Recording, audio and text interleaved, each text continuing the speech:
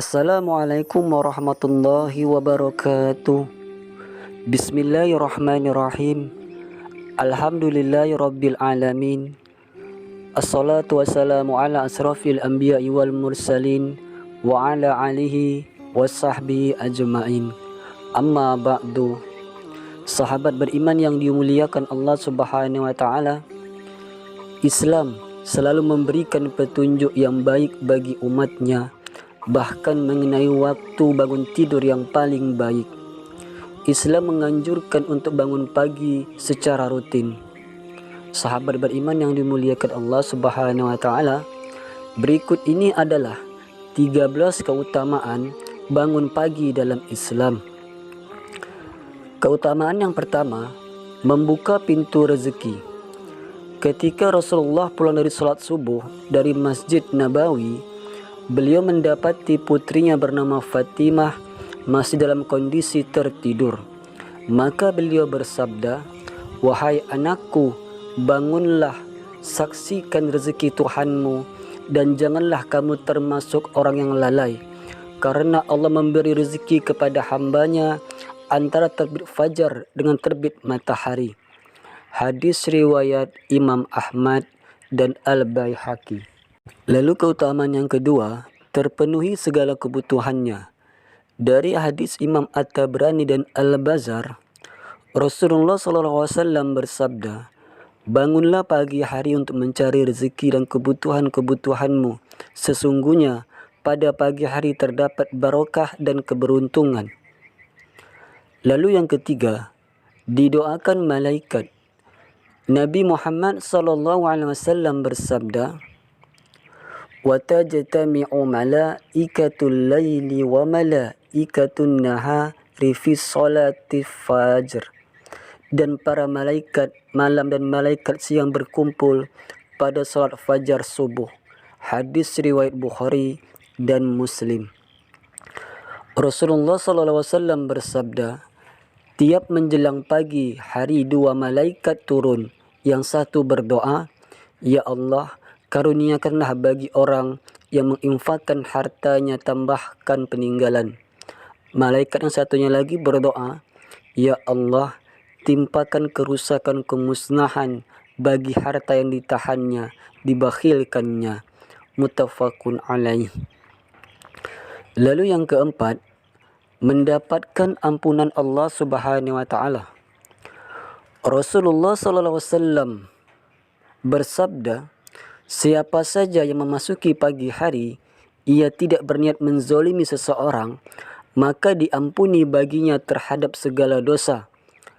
Dan siapa saja yang memasuki pagi hari berniat menolong orang yang teraniaya dan memenuhi keperluan orang Islam, maka baginya pahala seperti pahala haji mabrur. Hadis dikutip dalam kitab Nasaibul Ibad, karya Syekh Nawawi. Lalu yang kelima, jauh dari sifat malas. Rasulullah SAW bersabda, setan membuat 3 ikatan di tengkuk leher bagian belakang salah seorang dari kalian ketika tidur. Di setiap ikatan, setan akan mengatakan, "Malam masih panjang, tidurlah." Jika ia terbangun lalu berzikir pada Allah, lepaslah satu ikatan. Kemudian, jika dia berwudu, lepaslah lagi satu ikatan. Kemudian, jika dia mengerjakan solat, lepaslah ikatan terakhir. Di pagi hari dia akan bersemangat dan bergembira. Jika tidak melakukan seperti ini, dia tidak ceria dan menjadi malas. Hadis riwayat Bukhari dan Muslim. Lalu yang keenam, mendapatkan berkah dari Allah Subhanahu wa taala. Nabi Muhammad SAW mendoakan mereka yang bangun subuh, "Allahumma barik ammati fi bukuriha." Ya Allah, berkahilah umatku di waktu paginya. Hadis riwayat Abu Daud, Tirmizi, Ibnu Majah. Syekh Al-Albani mengatakan bahawa hadis ini sahih. Nabi Muhammad SAW bersabda, keberkahan pagi umatku mengalir di waktu pagi buta mereka. Hadis riwayat At-Tabrani dalam Al-Awsat. Lalu yang ketujuh, dimudahkannya masuk surga. Rasulullah SAW bersabda, barang siapa yang mengerjakan salat berdain subuh dan asar, maka dia akan masuk surga. Hadis riwayat Bukhari dan Muslim. Nabi Muhammad SAW bersabda, tidaklah akan masuk neraka orang yang melaksanakan salat sebelum terbitnya matahari, yaitu salat subuh, dan salat sebelum tenggelamnya matahari, yaitu salat asar. Hadis riwayat Muslim. Yang kedelapan, jauh dari kelalaian. Rasulullah SAW bersabda, laki-laki itu telah dikencingi setan pada telinganya. Maksud dari dalil di atas adalah orang yang malas bangun pagi, maka berarti ia adalah orang yang lalai karena lebih memilih untuk tidur sesuai bisikan syaitan. Allah Subhanahu wa taala juga berfirman, dan sebutlah nama Tuhanmu dalam hatimu dengan merendahkan diri dan rasa takut, dan dengan tidak mengeraskan suara di waktu pagi dan petang, dan janganlah kamu termasuk orang-orang yang lalai. Al-Quran Surat Al-A'raf ayat 205. Yang kesembilan, mendapat rezeki yang luar biasa. Jika bangun pagi lalu melakukan sholat sunnah sebelum subuh, maka insya Allah akan mendapatkan rezeki yang berlimpah. Dari Aisyah radhiyallahu anha, dari Muhammad SAW bersabda, dua rakaat salat fajar sebelum subuh lebih baik daripada dunia dan seisinya. Hadis riwayat Muslim. Yang ke-10, waktu yang baik untuk mulai beribadah. Dari sahabat Abu Hurairah, dari Nabi Muhammad SAW bersabda, sesungguhnya agama itu mudah. Tidak ada seorang pun yang membebani dirinya di luar kemampuannya kecuali dia akan dikalahkan.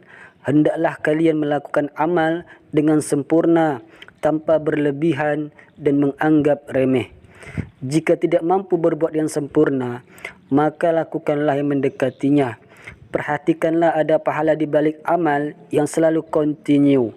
Lakukanlah ibadah secara kontinu di waktu pagi dan waktu setelah matahari tergelincir, serta beberapa waktu di akhir malam. Hadis riwayat Bukhari. Yang ke-11, mendapatkan kebahagiaan. Allah Subhanahu wa taala berfirman, maka sabarlah kamu atas apa yang mereka katakan, dan bertasbihlah dengan memuji Tuhanmu sebelum terbit matahari dan sebelum terbenamnya, dan bertasbihlah pula pada waktu-waktu di malam hari dan pada waktu-waktu di siang hari, supaya kamu merasa senang. Al-Quran Surat Toha ayat 130. Allah Subhanahu wa taala kembali berfirman, maka bersabarlah kamu terhadap apa yang mereka katakan, dan bertasbihlah kamu sambil memuji Tuhanmu sebelum terbit matahari dan sebelum terbenamnya. Al-Quran Surat Kaf ayat 39. Lalu yang ke-12, mendapatkan perlindungan dari Allah Subhanahu wa taala. Rasulullah SAW bersabda, barang siapa yang menunaikan salat subuh, maka ia berada dalam jaminan Allah. Maka jangan coba-coba membuat Allah membuktikan janjinya. Barang siapa yang membunuh orang yang menunaikan salat subuh, Allah akan menuntutnya sehingga ia akan membenamkan mukanya ke dalam neraka. Hadis riwayat Muslim, Tirmizi, dan Ibnu Majah. Yang terakhir, bisa melihat Allah Subhanahu wa taala di hari akhir. Dari Jarir bin Abdullah radhiyallahu anhu, kami sedang duduk bersama Rasulullah sallallahu alaihi wasallam ketika melihat bulan purnama. Beliau berkata, sungguh kalian akan melihat Rabb kalian sebagaimana kalian melihat bulan yang tidak terhalang dalam melihatnya. Apabila kalian mampu, janganlah kalian menyerah dalam melakukan solat sebelum terbit matahari dan solat sebelum terbenamnya matahari, maka lakukanlah. Hadis riwayat Bukhari dan Muslim. Sahabat beriman yang dimuliakan Allah Subhanahu wa taala, semoga apa yang saya sampaikan bermanfaat. Itulah 13 keutamaan bangun pagi dalam Islam. Singkat cerita, wassalamualaikum warahmatullahi wabarakatuh.